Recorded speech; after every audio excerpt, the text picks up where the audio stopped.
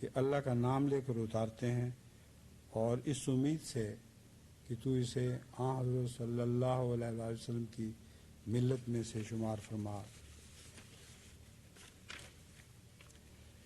ایک دعا سنن ابو داود کتاب الجنائز میں حضرت عثمان بن عفان رضی اللہ تعالیٰ عنہ سے مروی ہے کہ حضرت صلی اللہ علیہ وسلم جب میت کے دفن سے فارغ ہوتے تو اس کی قبر پر کھڑے ہو کر فرماتے، یعنی دوستوں کو مخاطب کرتے ہوئے فرماتے، اپنے بھائی کے لیے بخشش مانگو اور اس کی ثابت قدمی کے لیے دعا کرو، کیونکہ اب اس سے سوال و جواب شروع ہونے والا ہے۔ اب اس کا عمل کا دور گزر گیا، اب جو بقیہ دور ہے اس میں اس کے لیے اب صرف سوال و جواب رہ گیا ہے۔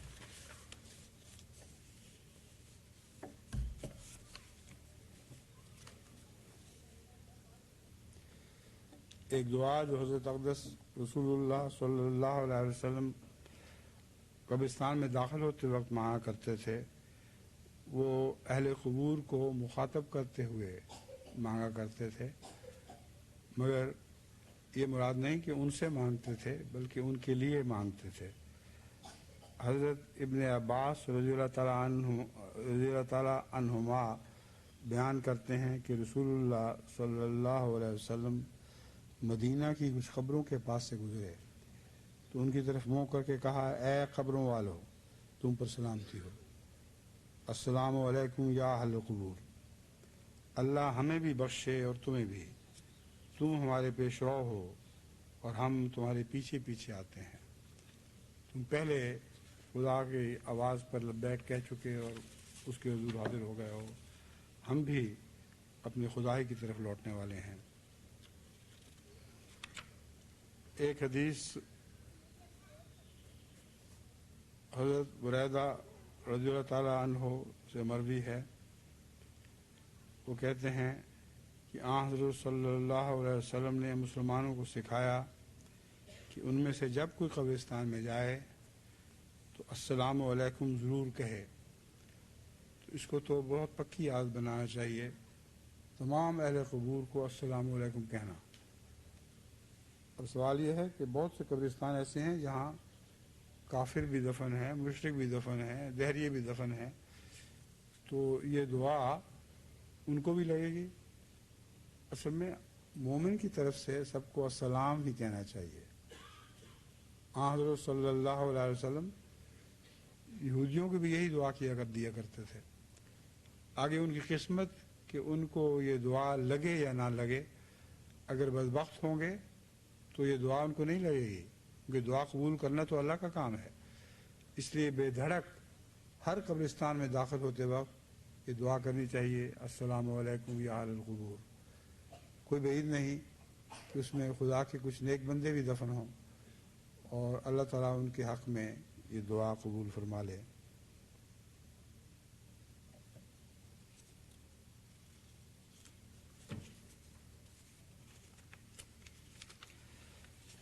قبرستان میں داخل ہونے کی ایک اور دعا ہے جو حضرت عائشہ رضی اللہ تعالیٰ عنہ سے مروی ہے۔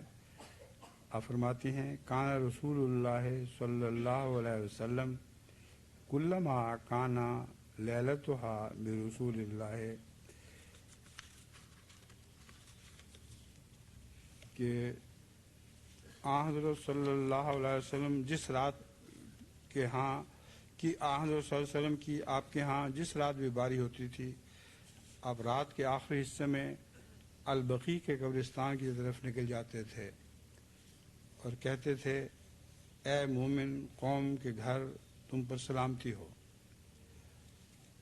اب یہاں ہر رات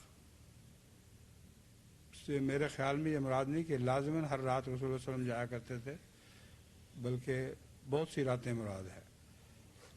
اے مومن قوم کے گھر، تم پر سلامتی ہو اور تم پر وہ وقت آ چکا ہے جو کل تمہیں دیے جانے کا پختہ وعدہ تھا، اور اللہ نے چاہا تو یقیناً ہم بھی تمہیں سے آ ملنے والے ہیں۔ اے اللہ، بقیع الغرقد کے رہنے والوں کو بخش دے۔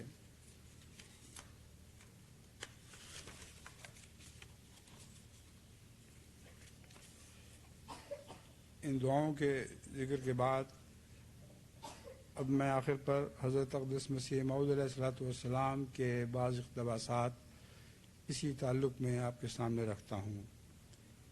الحکم جلد 12 صفحہ 16 بتاریخ 2 مارچ 1908 میں یہ درج ہے: یاد رکھو کہ خدا تعالیٰ بڑا بے نیاز ہے۔ جب تک کثرت سے اور بار بار اضطراب سے دعا نہیں کی جاتی وہ پرواہ نہیں کرتا۔ دیکھو کسی کی بیوی یا بچہ بیمار ہو یا کسی پر سخت مقدمہ آ جاوے تو ان باتوں کے واسطے اس کو کیسا اضطراب ہوتا ہے۔ اس دعا میں بھی جب تک سچی تڑپ اور حالت اضطراب پیدا نہ ہو تب تک وہ بالکل بے اثر اور بیہودہ کام ہے۔ قبولیت کے واسطے اضطراب شرط ہے، جیسا کہ فرمایا امن یجیب المضطر اذا دعاہ ویکشف السوء۔ نیز فرمایا کلام الہی میں لفظ مضطر سے وہ ضرر یافتہ مراد ہیں جو محض ابتلا کے طور پر ضرر یافتہ ہوں۔ ضرر یافتہ ابتلا کے طور پر بھی ہوتے ہیں اور عذاب کے طور پر بھی ہوتے ہیں۔ تو فرمایا یہاں مضطر سے مراد صرف وہ ضرر یافتہ ہیں جو ابتلا کے طور پر ضرر یافتہ ہوں، نہ سزا کے طور پر۔ لیکن جو لوگ سزا کے طور پر کسی ضرر کے تحت مشق ہوں وہ اس آیت کے مصداق نہیں ہیں، ورنہ لازم آتا ہے کہ قوم نوح اور قوم لوط اور قوم فرعون وغیرہ کی دعائیں اس اضطرار کے وقت قبول کی جاتی، مگر ایسا نہیں ہوا اور خدا کے ہاتھ نے ان قوموں کو ہلاک کر دیا۔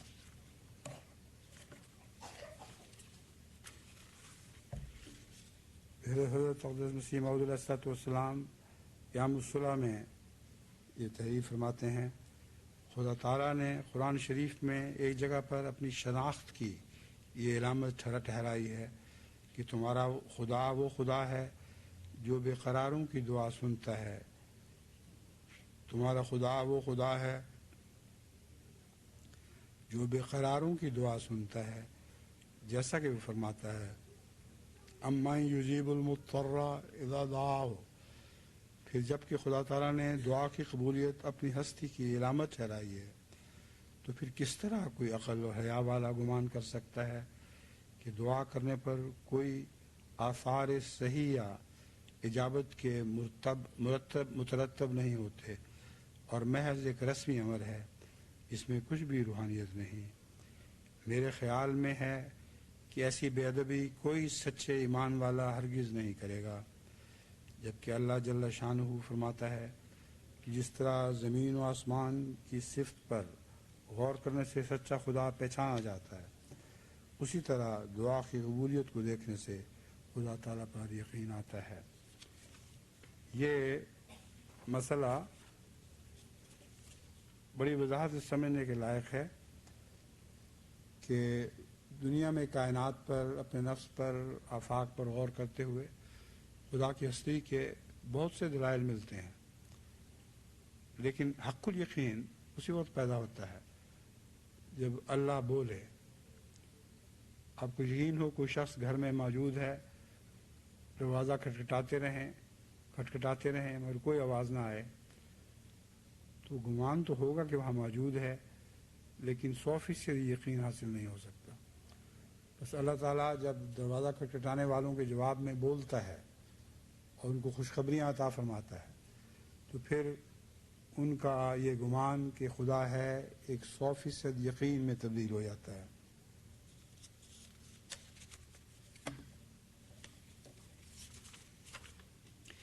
یہ آخری اقتباس حضرت مسیح موعود علیہ الصلوۃ والسلام کا ایک پنجابی مثل کے تعلق میں ہے: جو منگے سو مر رہے، مرے سو منگن جا۔ مجھے یاد پڑتا ہے کہ شاید یہ الہام بھی ہے حضرت مسیح موعود علیہ الصلوۃ والسلام کا، لیکن اس وقت قطعیت کے ساتھ میں یہ نہیں کہہ سکتا۔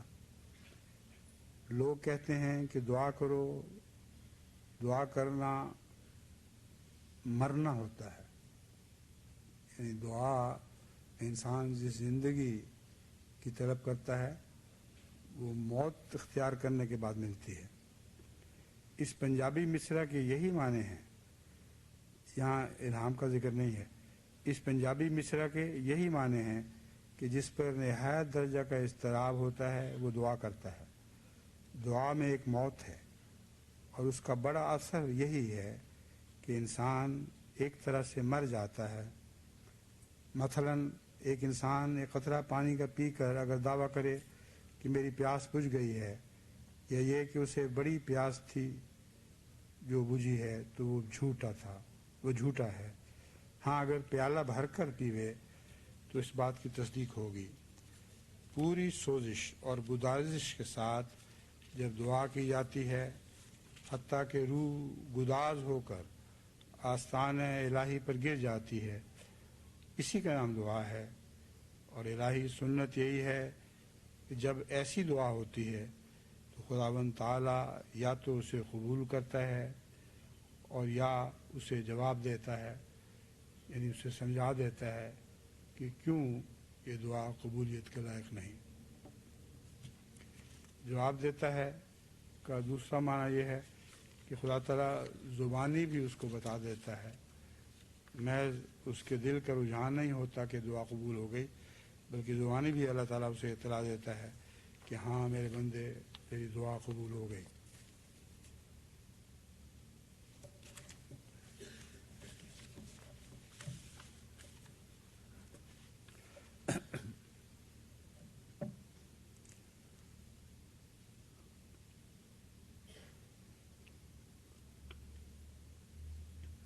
شاید عجیب سی بو سی ہے، میں زیادہ نہیں پی سکا۔ اگر جو میں بشیر سے کہنا وہ ہمیں جو استعمال کرتا ہوں شاید وہی دے۔